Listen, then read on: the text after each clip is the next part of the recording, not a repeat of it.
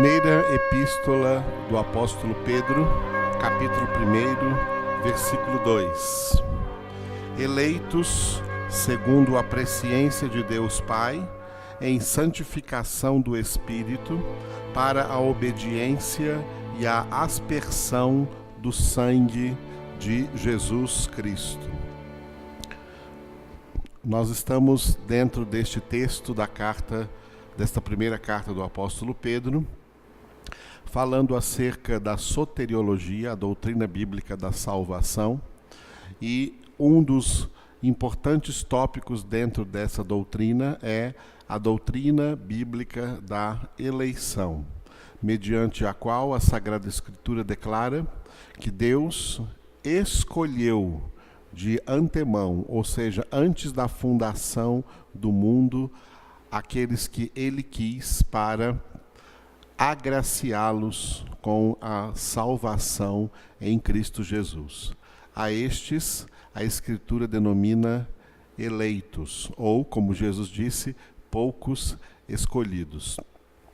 A estes eleitos, o apóstolo Pedro se refere nesse texto, no qual ele destaca 3 tópicos importantes que caracterizam os eleitos de Deus. O primeiro tópico, que os eleitos de Deus são eleitos segundo a presciência de Deus Pai. O segundo tópico, que os eleitos são eleitos para a santificação do Espírito Santo.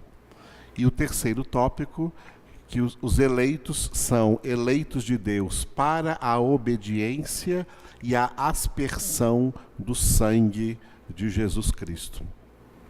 Vimos que o primeiro tópico diz referência ao Pai, o segundo tópico diz referência ao Espírito Santo, e esse terceiro tópico ele tem 2 partes referindo-se a Jesus: a obediência e a aspersão do sangue de Jesus Cristo.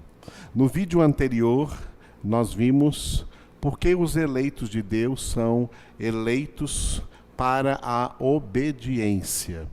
E neste nosso vídeo de agora, vamos ver por que os eleitos são eleitos de Deus para a aspersão do sangue de Jesus.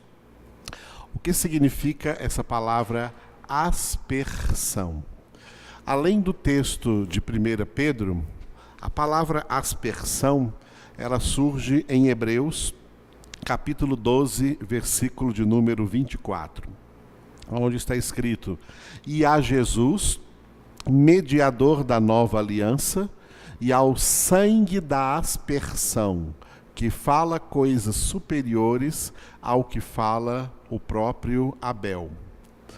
O termo aspersão reporta a uma prescrição sacerdotal da antiga aliança, lá no Antigo Testamento, quando o sangue dos animais sacrificados deveria ser aspergido pelos sacerdotes sobre o altar na tenda da congregação.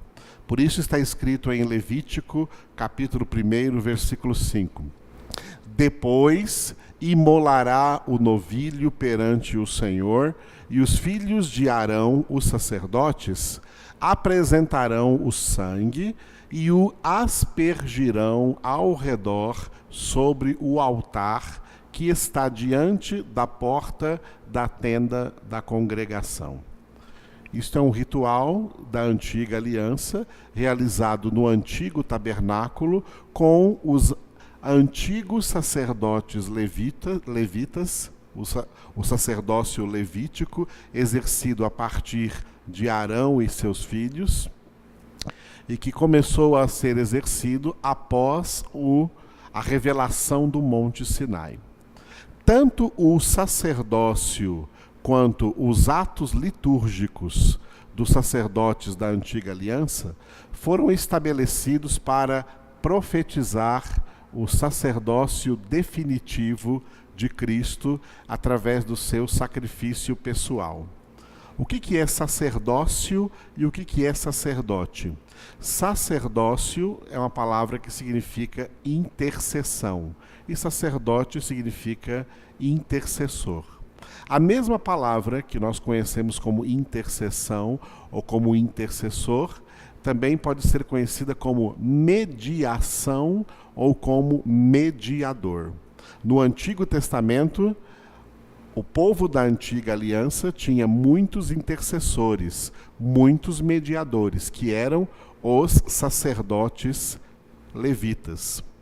Para a nova aliança, nós temos um único sumo sacerdote, Jesus Cristo, que se assentou à direita do Pai no céu.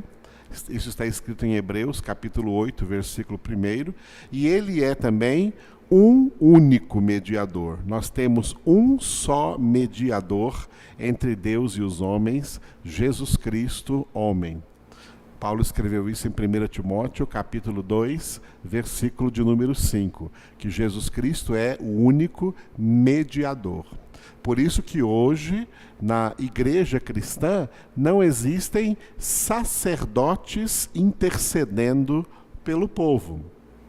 Porque o nosso intercessor é Jesus Cristo em pessoa, assentado à direita do Pai. Por isso, a carta aos Hebreus escreveu ainda acerca do sacerdócio de Jesus, no Hebreus capítulo 9, versículos de 11 e 12. Quando, porém, veio Cristo, como sumo sacerdote dos bens já realizados, mediante o maior e mais perfeito tabernáculo, não feito por mãos, quer dizer, não desta criação, não por meio de sangue de bodes e de bezerros, mas pelo seu próprio sangue, entrou no Santo dos Santos, uma vez por todas, tendo obtido eterna redenção. O que é então aspersão do sangue? No Antigo Testamento, os sacerdotes oriundos da tribo de Levi, que começaram o seu sacerdócio mais de 400 anos depois do nascimento de Levi, que era filho de Jacó, começaram com o irmão de Moisés, que era Arão, sendo escolhido por Deus para ser o sumo sacerdote.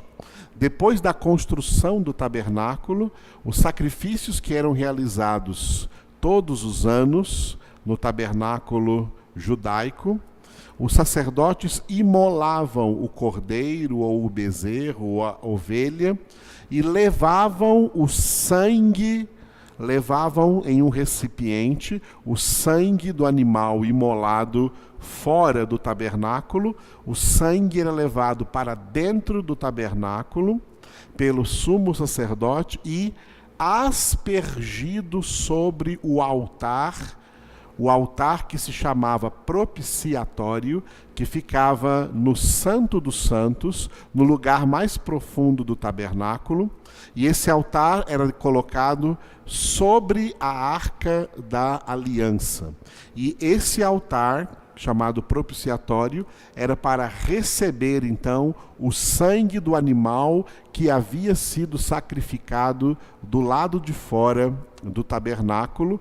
Ele era derramado, ou seja, ele era aspergido sobre o propiciatório. E o nome propiciatório, ele vem da palavra perdão, indulgência, ou seja, onde Deus seria perdoador, onde Deus seria indulgente, onde Deus nos seria propício. Por isso, propiciatório, aonde o perdão de Deus seria concedido aos pecadores, porque não há remissão de pecados sem derramamento de sangue. E esse sangue tinha que ser derramado sobre aquele altar, sobre o propiciatório. O Senhor Jesus era aquele que foi profetizado como Messias no Antigo Testamento. acerca do qual não só os profetas profetizaram, mas também os sacerdotes da antiga aliança profetizaram com o seu sacerdote e com o seu sacerdócio, e com as suas práticas sacerdotais litúrgicas, principalmente essa prática de matar o cordeiro fora do tabernáculo e trazer o sangue do cordeiro para dentro do tabernáculo, para o local mais interior, o Santo dos Santos, onde estava o propiciatório, e sobre este altar chamado propiciatório, o sangue do cordeiro era derramado. Jesus é o nosso sumo sacerdote, porque ele não usou o sangue de cordeiros, ele usou o seu próprio sangue. Por isso, João Batista havia profetizado acerca de Jesus, em João capítulo 1, versículo 29, que Jesus é o Cordeiro de Deus que tira o pecado do mundo. Jesus, como sumo sacerdote da nova aliança, como nesse texto nós acabamos de ler, sumo sacerdote dos bens já realizados, ofereceu um sacrifício mais perfeito, porque ele não sacrificou um animal, ele não entrou no Santo dos Santos com sangue alheio, mas ele entrou com o seu próprio sangue. E o Santo dos Santos em que Jesus entrou não foi o tabernáculo construído por homens, cujas medidas Moisés recebeu por revelação de Deus lá no Monte Sinai. Mas Jesus entrou no Santo dos Santos do céu, lá na glória eterna, diante da majestade de Deus Pai Todo-Poderoso, tendo realizado o único e perfeito sacrifício. Uma das diferenças entre a antiga e a nova aliança é a pluralidade e a singularidade. Muitas coisas que eram plurais na nova aliança, na antiga aliança, na nova aliança são singulares. A carta aos Hebreus começa no capítulo 1, dizendo no versículo 1 e no versículo 2, que outrora, no período da antiga aliança, no período do Antigo Testamento, Deus falou muitas vezes.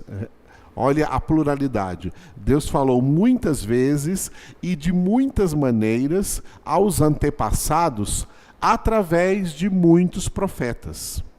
Agora, para estes últimos dias, os últimos dias representam o tempo da nova aliança, ele nos falou através de um só, através do Filho. Assim, muitos profetas na antiga aliança e na nova aliança, um só profeta, o próprio Filho, Jesus Cristo. Da mesma forma que na antiga aliança existiram muitos profetas, existiram também muitos sacerdotes. Muitos sacerdotes e muitos sacrifícios, muitos cordeiros foram mortos. Mas na nova aliança nós temos apenas um sumo sacerdote, um único intercessor, um único mediador, Jesus Cristo, um único cordeiro, o próprio Jesus, que deu sua vida, que derramou seu próprio sangue. Derramou o seu próprio sangue. Um sacrifício perfeito. Todos aqueles sacrifícios do Antigo Testamento, sacrifícios plurais, embora sendo muitos, todos foram imperfeitos. Mas eles profetizavam, apontavam para um sacrifício perfeito que deveria acontecer, o sacrifício de Jesus. Jesus realizou este sacrifício perfeito para a salvação de todos os eleitos de Deus, para obter para eles a eterna redenção. Hebreus capítulo 13, versículos 11 e 12, completa tudo isso dizendo: pois aqueles animais cujo sangue é trazido para dentro do Santo dos Santos pelo sumo sacerdote, como oblação pelo pecado, têm o corpo queimado fora do acampamento. Por isso foi que também Jesus, para santificar o povo, pelo seu próprio sangue, sofreu fora da porta. Ou seja, ele sofreu fora dos muros de Jerusalém, porque a pessoa que era crucificada, ela perdia a cidadania. Por isso ela era arrastada para fora da cidade para sofrer ali. Só que o que eles não sabiam, que o que estava acontecendo com Jesus, naquela crucificação, naquela condenação à pena de morte infligida sobre ele, chamada crucificação, que era a pior pena de morte que já existiu na história.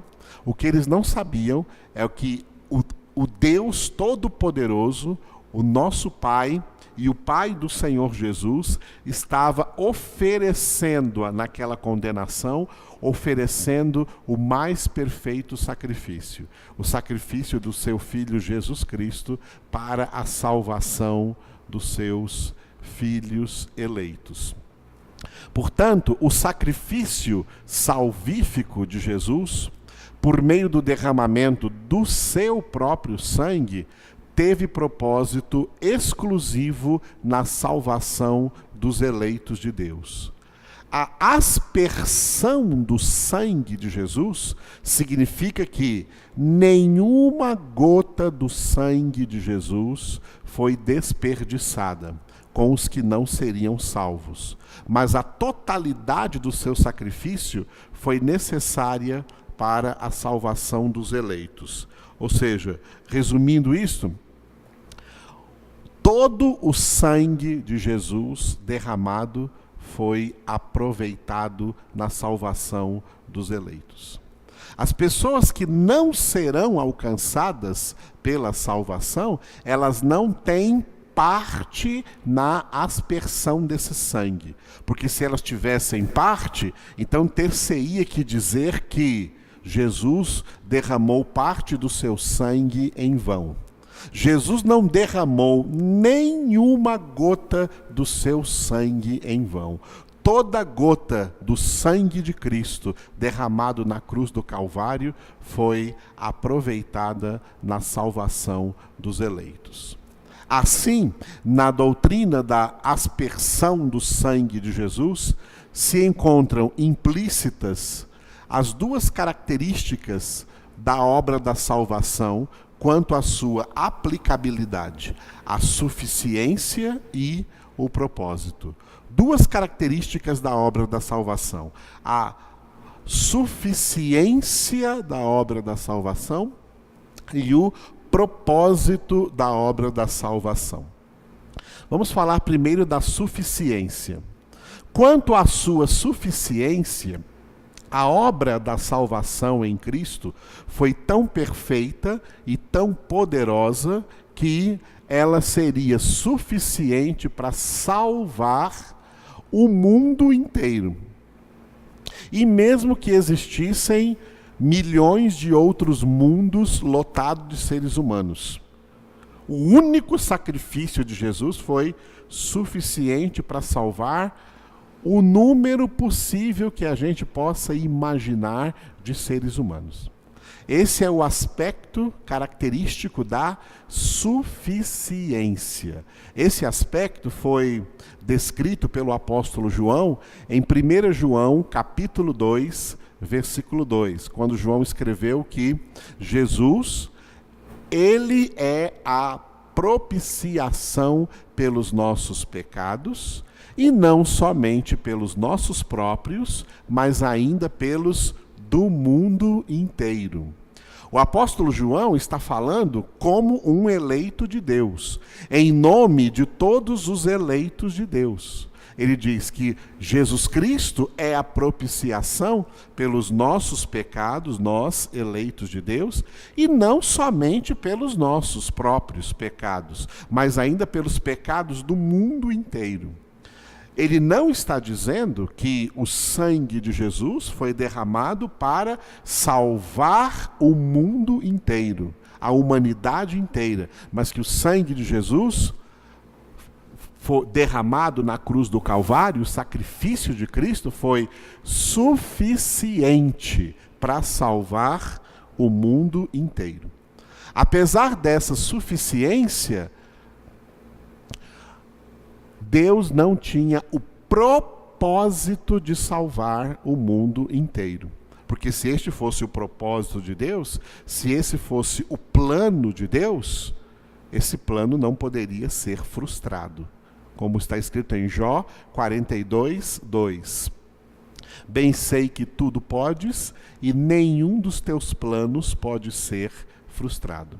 Portanto, a obra da salvação, no aspecto da suficiência, seria suficiente para salvar o mundo inteiro. Mas, quanto ao seu propósito, a salvação é exclusiva para alcançar os eleitos de Deus, conforme Paulo descreveu em vários textos. Um deles é a segunda carta que ele escreveu aos Tessalonicenses, capítulo 2, versículos de 13 a 14. Onde Paulo escreveu assim: entretanto, devemos sempre dar graças a Deus por vós, irmãos amados pelo Senhor, porque Deus vos escolheu desde o princípio para a salvação, pela santificação do Espírito e fé na verdade, para o que também vos chamou, mediante o nosso Evangelho, para alcançardes a glória de nosso Senhor Jesus Cristo. A salvação é daqueles que foram, conforme Paulo escreveu aqui, escolhidos por Deus desde o princípio para esta salvação. E que são separados por Deus durante todo o decorrer da história pela santificação do Espírito, que são alcançados pela pregação da verdade da palavra de Deus, por isso, fé na verdade. A fé que vem pelo ouvir a pregação da palavra de Cristo, como está escrito em Romanos, capítulo 10, versículo 17. A fé vem pelo ouvir, e o ouvir da palavra de Deus, da palavra de Cristo. Esta fé, que também Paulo escreveu em 2 Tessalonicenses 3, 2, que não é de todos. A fé não é de todos. E em Tito, capítulo 1, versículo 1, que a fé é dos eleitos de Deus.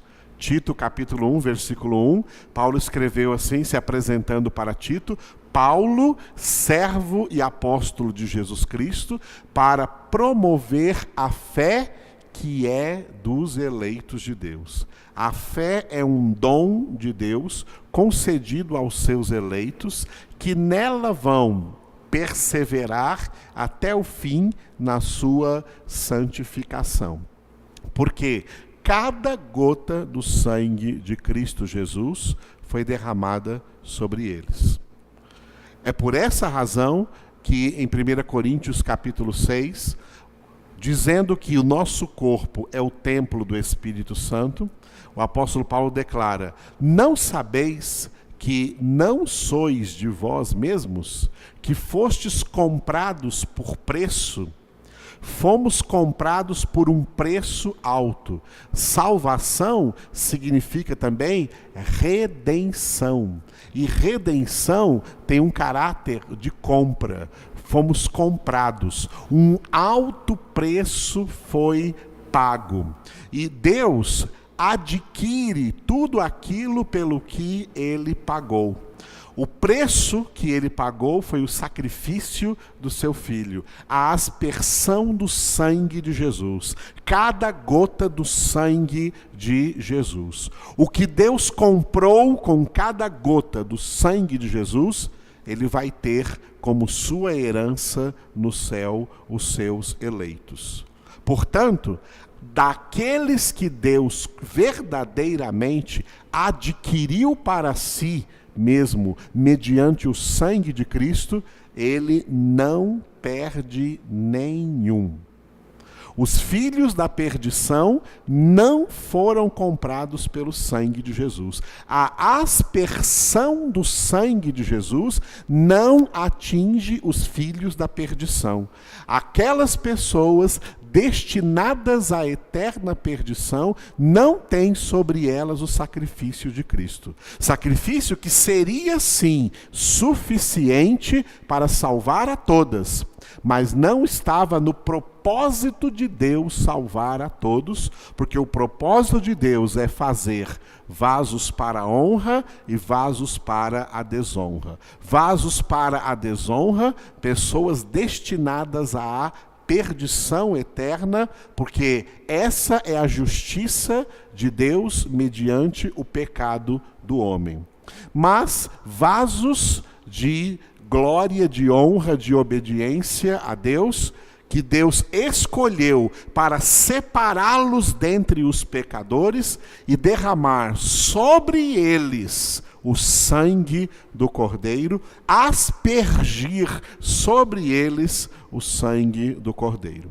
Portanto, nesse texto do apóstolo Pedro, capítulo 1, versículo 2, da sua primeira epístola, quando ele usa a palavra aspersão do sangue de Jesus, dentro do significado dessa palavra aspersão está o significado da eleição, da escolha. Aqueles que Deus escolheu e por eles pagou com o sangue do seu Filho Jesus.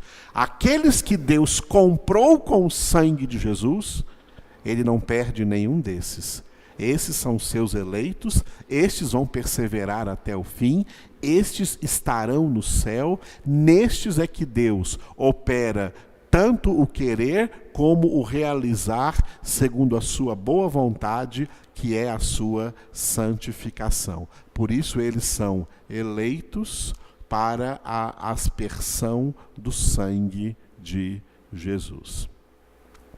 Portanto, encerrando agora este vídeo, nós estamos encerrando as nossas meditações em 1 Pedro, capítulo 1, versículo 2. Só nesse versículo, onde nós trabalhamos esses 3 tópicos, que os eleitos são eleitos pela presciência de Deus, em santificação do Espírito, e o terceiro que estamos acabando agora, para a obediência e a aspersão do sangue de Jesus Cristo.